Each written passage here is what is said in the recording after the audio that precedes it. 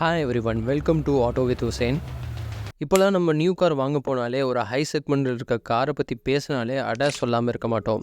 அப்படி என்ன தான் இருக்குது இந்த அடாஸில்?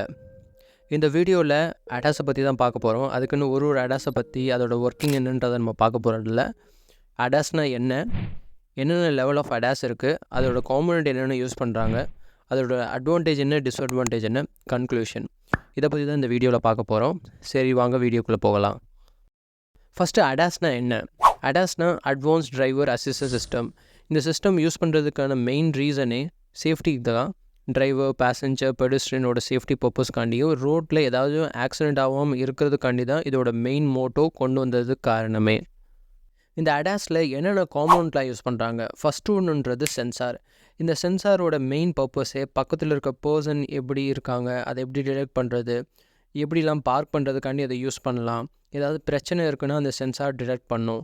சென்சாருக்குள்ளே இருக்கிறது பார்த்திங்கன்னா radar, sonar, lidar, camera, ultrasonic sensor and infrared சென்சார்லாம் யூஸ் பண்ணுறாங்க.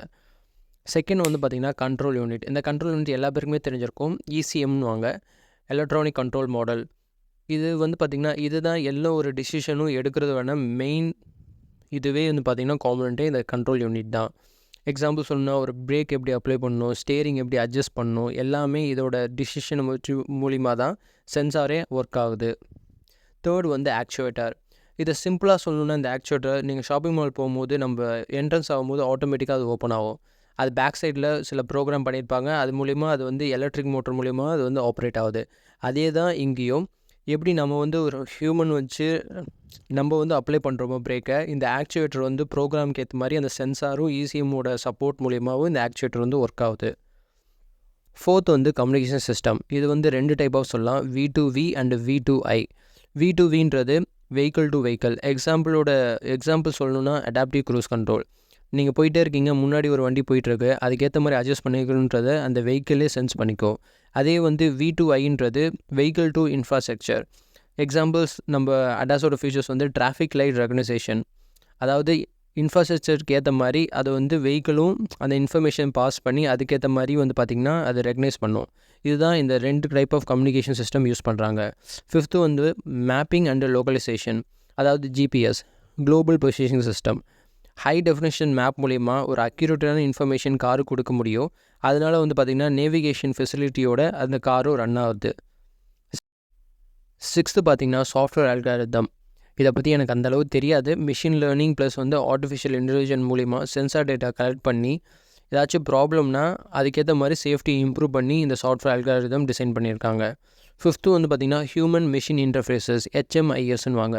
அதாவது நம்ம யூஸ் பண்ணுற வெஹிக்கிளில் display, touch screen, voice command, இது எல்லாமே பார்த்திங்கன்னா கொடுக்குறது பார்த்திங்கன்னா இந்த ஹியூமன் மிஷின் இன்டர்ஃபேஸ் மூலிமா. நம்மளுக்கு ஏதாவது ப்ராப்ளம் வந்தால் அது வார்னிங் அலர்ட் மூலிமா நம்மளுக்கு விஷுவலாக காட்டுறது தான் இதோட மெயின் பர்பஸே.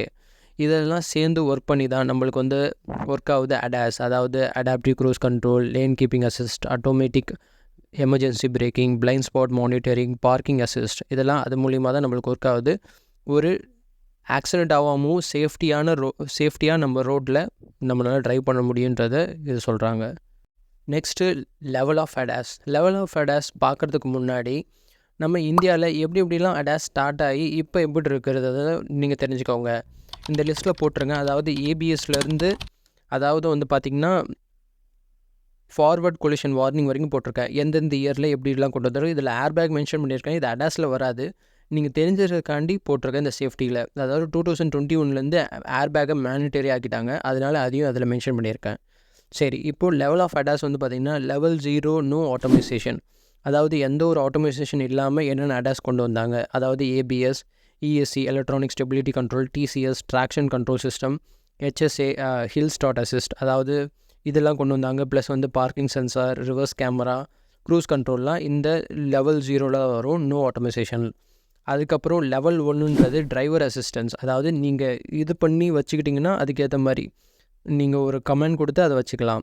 அதாவது adaptive cruise control, lane keeping assist, lane departure வார்னிங்லாம் கொண்டு வரலாம்.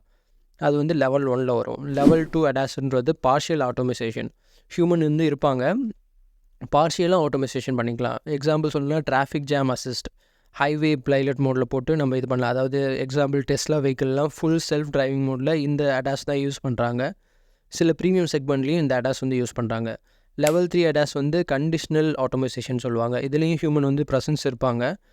வேணும்னா நம்ம வந்து எந்த டைம் வேணால் நம்ம வந்து வெஹிக்கிளை வந்து நம்ம கண்ட்ரோல் எடுத்துக்கலாம். லெவல் 4 அடாஸ்ன்றது ஹை ஆட்டோமைசேஷன். ஜியோகிராஃபிக்கல் பேராமீட்டர், அதாவது ஒரு மேப்லேருந்து எக்ஸாம்பிள் சொல்லணும்னா நம்ம ஃபோனில் மேப் போட்டு இந்த பிளேஸ்லேருந்து இந்த பிளேஸ் போகிற மாதிரி, அதே வந்து வெஹிக்கிள் நம்ம கமாண்ட் சொல்லிட்டோன்னா அதுக்கேற்ற மாதிரி அது வந்து மூவ் பண்ணி போயிடும்.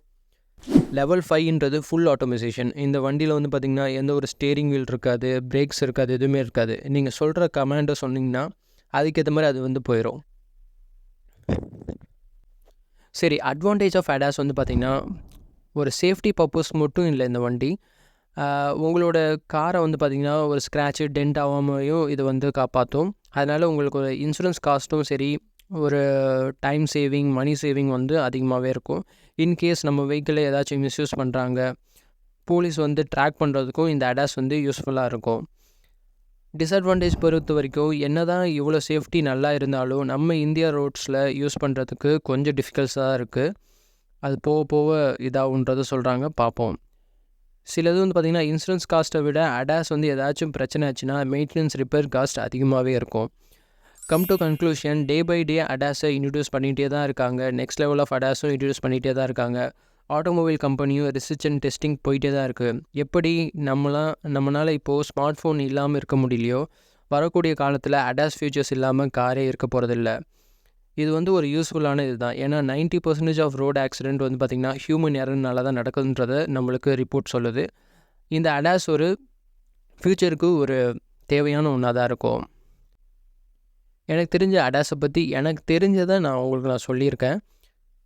இந்த வீடியோ உங்களுக்கு பிடிச்சிருந்தால் லைக் பண்ணுங்கள். இன்னும் யாராச்சும் அடாஸை பற்றி தெரிஞ்சுக்கணும்னு நினைக்கிறவங்களுக்கு இந்த வீடியோவை ஷேர் பண்ணுங்கள், சப்ஸ்கிரைப் பண்ணுங்கள். தேங்க்ஸ் ஃபார் வாட்சிங்.